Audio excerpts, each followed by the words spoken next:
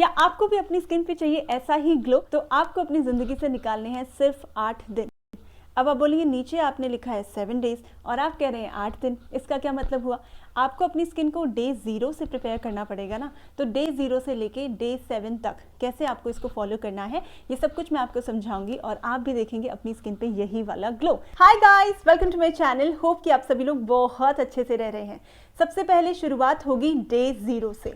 इस दिन आप अपनी स्किन को प्रिपेयर कर रहे हैं। जब भी आप अपनी स्किन को प्रिपेयर करें, आपको अपनी स्किन पे अप्लाई करना है कुछ ऐसा जिसमें पोटेशियम एलम सल्फेट हो। और पोटेशियम एलम सल्फेट दूसरा नाम होता है फिटकरी का केमिकल नेम।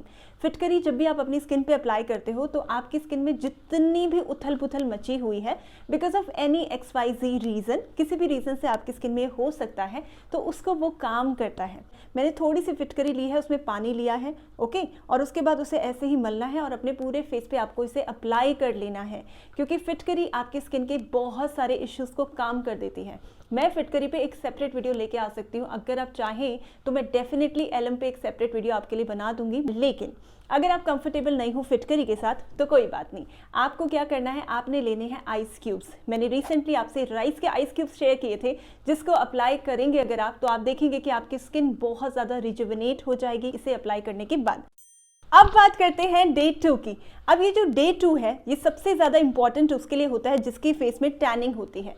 और टैनिंग बहुत ज़्यादा नेचुरल है, कुछ भी अननेचुरल नहीं है। जब भी आपका सन एक्सपोजर बढ़ेगा तो आपकी स्किन में टैनिंग बढ़ेगी, एज सिंपल एज दैट।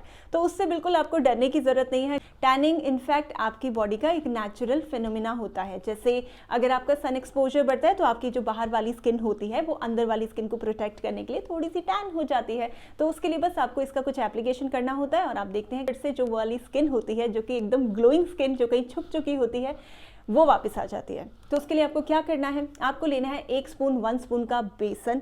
बेसन हर चीज़ में डलता है, आप कहीं पे भी चले जाएंगे, किसी भी ओकेजन में, हर जगह बेसन को बहुत ज़्यादा यूज़ किया जाता है। तो इसलिए आपने 1 चम्मच का बेसन लेना है और उसके बाद मिक्सिंग के लिए आपने यहाँ पे यूज़ करनी है कर्ड, योगर्ट, दही। दही मैंने यहाँ पे ली है 1 चम्मच। मेरे पास हमेशा मार्केट वाली होती है क्योंकि मैं इसी के साथ बहुत ज़्यादा कंफर्टेबल हूँ। अगर आप घर वाली के साथ ज़्यादा कंफर्टेबल हो तो आप घर वाली ले लेना। उसका जो थिक पार्ट होता है बस वो निकाल के इसमें आप डाल के मिक्स करके अपने पूरे चेहरे पे लगा लेना। आपने इसे अपनी त्वचा पे ऐसे ही लगा के रखना है 4 से 5 मिनट, ठीक है, 4 to 5 मिनट्स ऐसे ही रख लीजिए। और उसके बाद किसी भी कॉटन से मैं इसे रिमूव कर रही हूँ। आप देख सकते हैं कि पहले ही एप्लीकेशन में मेरी स्किन कितनी ज़्यादा ग्लोइंग दिख रही है गाइस। तो ऐसा ही आप भी अपनी स्किन के लिए कर सकते हैं, इनफैक्ट करना भी चाहिए आपको, जिससे कि आपकी स्किन का ग्लो भी आपको दिखेगा। तो यहाँ पे डे 1 डन हो गया। अब बात करते हैं एपिसोड 2 की, यानी कि डे 2 की। अब आज क्या करना है, अब गर्मी में जो सबसे ज़्यादा प्रॉब्लम्स होती है स्किन पे वो क्या होती है, वो होती है ओपन पोर्स का अपीयरेंस ज़्यादा दिखने लगता है। आपके open pores, large open pores, वो सब कुछ ज़्यादा दिखने लगते हैं। तो इसके पीछे 2 मेजर रीज़न होते हैं। पहला रीज़न तो ये होता है कि आपके ओपन पोर्स इसलिए दिखते हैं क्योंकि आपका ऑयल का सिक्रीशन ज़्यादा है या फिर सेबम बहुत प्रोड्यूस करती है आपकी स्किन। अगर सेबम ज़्यादा प्रोड्यूस होगा तो चांसेस है कि आपकी स्किन में ओपन पोर्स दिखेंगे। दूसरा, एज, जैसे जैसे आपकी एज बढ़ती है वैसे वैसे आपकी स्किन का कोलाजन गिरता है और कोलाजन अगर रिड्यूस होगा तो ऑटोमेटिकली आप देखेंगे कि आपके स्किन के पोर्स जो हैं वो काफ़ी हद तक और खुलने लगे हैं। तो इसलिए आपको 2 चीज़ें करनी है, एक जो कि आपके ऑयल को रेगुलेट कर दे और दूसरा जो कि आपकी स्किन को टाइटन अप कर दे। और ये दोनों काम करती है आपके लिए ग्रीन टी। आपको ग्रीन टी लेनी है। ग्रीन टी के 2 टी बैग्स आप ले लो और इन 2 टी बैग्स में आपने 400 ml का पानी डालना है और इसे बॉईल कर देना है अच्छे से। जितना अच्छे से आप बॉईल करेंगे उतना ही बढ़िया। और उसके बाद इसे आप स्ट्रेन कर लेना और अपने पूरे फेस पे इसे लगा लेना। आपकी त्वचा इसे खुद एब्जॉर्ब कर लेती है। आपकी स्किन जब इसे अच्छे से एब्जॉर्ब कर लेगी उसके बाद आपने कुछ नहीं करना, क्योंकि स्किन इसे ऑटोमेटिकली एब्जॉर्ब कर देगी। So it's just let it B, ये अपने आप एब्जॉर्ब हो जाएगा। तो यहाँ पे आपका डे 2 कंप्लीट हो गया। अब बढ़ते हैं एपिसोड 3 की तरफ। समर्स में आपकी जो स्किन होती है बहुत ही ज़्यादा डल दिखती है। कई बार हमें खुद ही रीज़न नहीं पता होता कि स्किन डल क्यों दिख रही है। स्किन के डल दिखने के पीछे सबसे बड़ा जो रीज़न होता है वो होता है हाइड्रेशन। आपकी स्किन में हाइड्रेशन नहीं है। अगर आपकी स्किन में हाइड्रेशन नहीं है तो उसके लिए आपको ज़्यादा कुछ यूज़ करने की ज़रूरत नहीं है। उस हाइड्रेशन के लिए आपको अपनी स्किन पे अप्लाई करना है हनी। हनी आपकी स्किन को इतना ज़्यादा मॉइस्चराइज कर देता है कि मैं आपको बता नहीं सकती। तो इसके लिए आपको चाहिए 1 स्पून 1 चम्मच का हनी और इसमें आपने डालना है मिक्सिंग के लिए रोज़ वाटर। रोज़ वाटर भी आप इसमें 1 स्पून 1 चम्मच का डाल देना और इसे अच्छे से मिला लेना। इसे मिलाने के बाद आपने अपनी पूरी त्वचा पे इसे अप्लाई कर लेना है। जैसे ही आपकी त्वचा इसे अच्छे से एब्जॉर्ब करती है, उसके बाद मतलब 4 to 5 मिनट्स आप इसे ऐसे लगा के रख देना। 4 to 5 मिनट्स जैसे ही कंप्लीट होता है उसके बाद आप इसे हटा लो।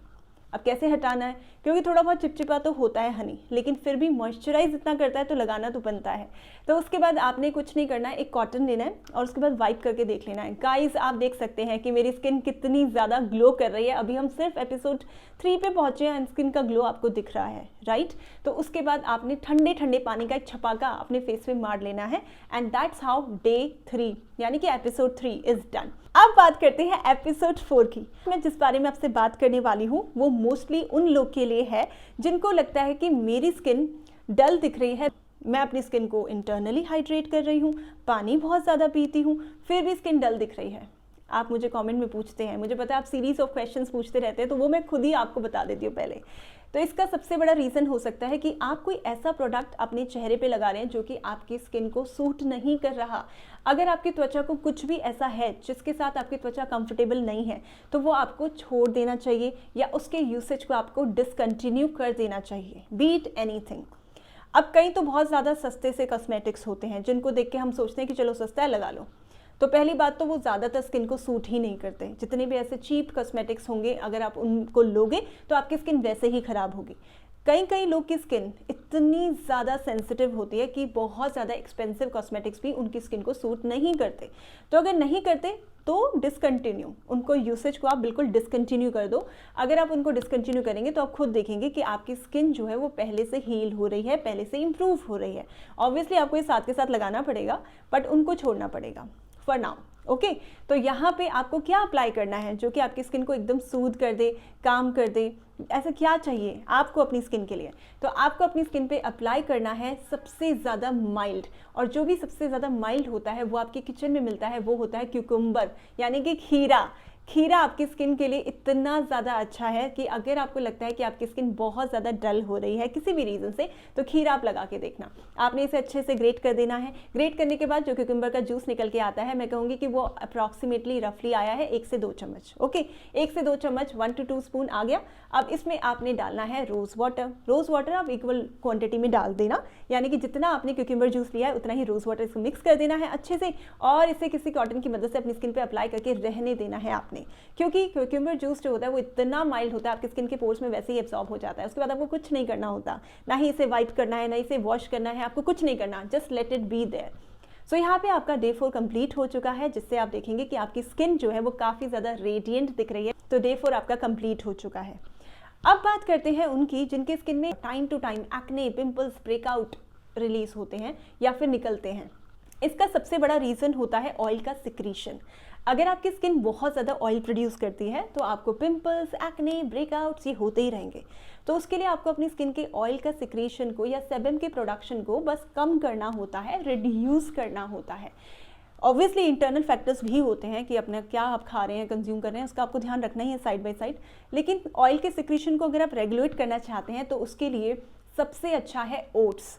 ओट्स के बारे में मैं आपसे बहुत सारी वीडियोस पहले भी चैनल पे शेयर कर चुकी हूँ, क्योंकि ओट्स आपके स्किन के ऑयल के सेक्रेशन या फिर सेबम के प्रोडक्शन को बहुत रिड्यूस कर देती है। तो अगर आप ओट्स अपनी त्वचा पे लगाते हैं तो वो अच्छे से एब्जॉर्ब भी होता है और आपकी स्किन का ग्लो भी आपको दिखता है, लिटरली आपको दिखता है। अगर आप ओट्स नहीं यूज़ कर सकते तो आप क्या यूज़ करेंगे, मैं आपको वीडियो के एंड में बता दूंगी, जिससे कि आप वही अपनी स्किन पर लगाना शुरू करेंगे। तो इसके लिए मैंने सबसे पहले ओट्स लिया है 1 स्पून 1 चम्मच का, और इसमें मैंने मिक्सिंग के लिए यूज़ की है कर्ड, योगर्ट, दही। अगर जो भी दही के साथ कंफर्टेबल नहीं है वो क्या यूज़ कर सकते हैं मैं आगे आपको समझा दूंगी। फिलहाल मैंने 1 चम्मच की दही ली है, इसे अच्छे से मिक्स किया है और अपने पूरे चेहरे पे लगा लिया है। आपकी त्वचा पे इसको लगा के छोड़ना है आपने अप्रॉक्सीमेटली, मैं कहूँगी कि 4 से 5 मिनट, 4 to 5 मिनट्स इनफ होते हैं किसी भी चीज़ को एब्जॉर्ब करने के लिए। और उसके बाद मैंने ऐसे ही वाइप किया। आप देख सकते हैं स्किन कितनी ग्लो कर रही है एपिसोड 4 तक, राइट। तो यहाँ पे आपका डे 4 डन हो गया है। अब बात करते हैं डे 5 की। अब समर्स में और अब अगली प्रॉब्लम आपके माइंड में कौन सी आती है, खुद आप मुझे बताना। सबसे बड़ी जो प्रॉब्लम होती है समर्स में वो होती है कि आपके डार्क सर्कल्स ज़्यादा दिखने लगते हैं। आप कितना कुछ अपनी स्किन के लिए करते रहते हैं लेकिन डार्क सर्कल ज़्यादा दिखते हैं। पता है क्यों?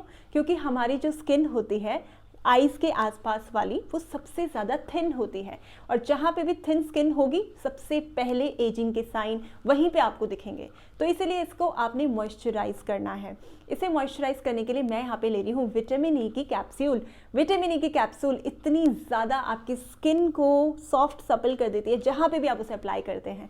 तो मैंने ये वाली विटामिन ई की कैप्सूल ली है। अगर आपके पास ये रेड वाली नहीं है तो आप ग्रीन वाली भी यूज़ कर सकते हैं, इन दोनों में से कोई भी चल जाएगी। मैंने यहाँ पे रेड वाली ली है आज, क्योंकि मैंने नई वाली ये ली थी अपने लिए, सो आई थॉट कि इसको ले लेते हैं।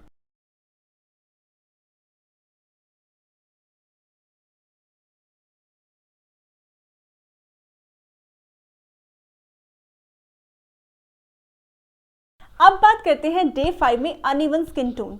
आपकी स्किन जो है, वैसे मैं हमेशा कहूँगी कि हर स्किन कलर ब्यूटीफुल होता है। आपकी कोई भी स्किन है, आपकी डार्क स्किन है, व्हीटिश स्किन है, फेयर स्किन है, किसी भी तरह की स्किन है, हर स्किन कलर इक्वली ब्यूटीफुल होता है।